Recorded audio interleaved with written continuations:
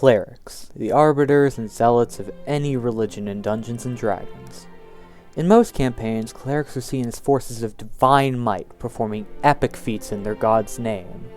While this is true to an extent for just about any cleric, surely there are some who are given, more mundane duties by their god.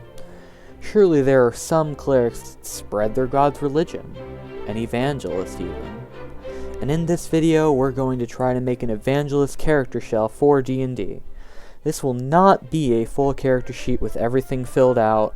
Rather, it'll be a blueprint off of which you can build your character, including key abilities, good ideas for backstory, as well as a small segment on how to play an evangelist.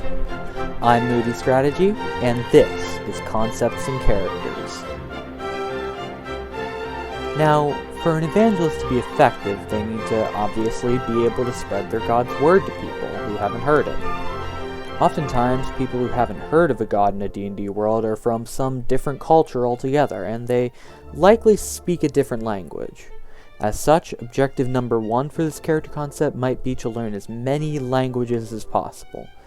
At first level, assuming a variant human cleric with the linguist feat and acolyte background, you will know 7 languages. Be sure to consult your DM, though, before deciding which languages to learn. After all, why learn Orcish if there are no orcs to convert? Of course, evangelists should also be able to convince people that their god is not only real, but worth worshipping. You could do this in a myriad of ways, but for this video we're going to rely on taking the persuasion skill and the thaumaturgy cantrip. This works especially well in a setting with moderate to small amounts of magic, as casting a spell might be seen as divine providence a lot more easily. Beyond that, your spells should be flashy and form should come first, over function. If your spell doesn't look like a miracle in some way or another, it probably isn't worth it for an evangelist. Spare the Dying is another good example of this as a cantrip. For beginning characters, spells like Healing Word, Shield of Faith, Calm Emotions, and Locate Objects should all come in handy for helping people while spreading the good word. As for combat prowess, you're likely to not have much of it. However, if you'd like to devote one of your parade spells to a damaging spells, or even just take up a weapon, that's your decision. For your subclass, my recommendation is different depending on how much combat you'll be engaged in. If it is a heavy combat game, War Domain is a good choice while still having on-flavor spells for an evangelist. However, you might have to reflavor the domain to have more to do with moral dilemma as opposed to literal war depending on the setting. However, if it's more of a roleplay heavy game, I'd go with the Light Domain. It gives you a few extra minor miracles for your toolbox. Light Domain is still an excellent option for combat heavy campaigns, but I do feel that it's slightly worse than War. Obviously, a cleric doing evangelical work is going to have some strong feelings on the matter.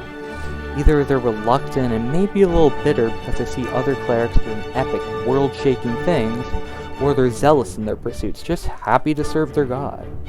Which of these ideas you pick will have a bearing on how you play your character, either as a bitter, sort of down-on-their-luck character, or someone who's just really, really into it.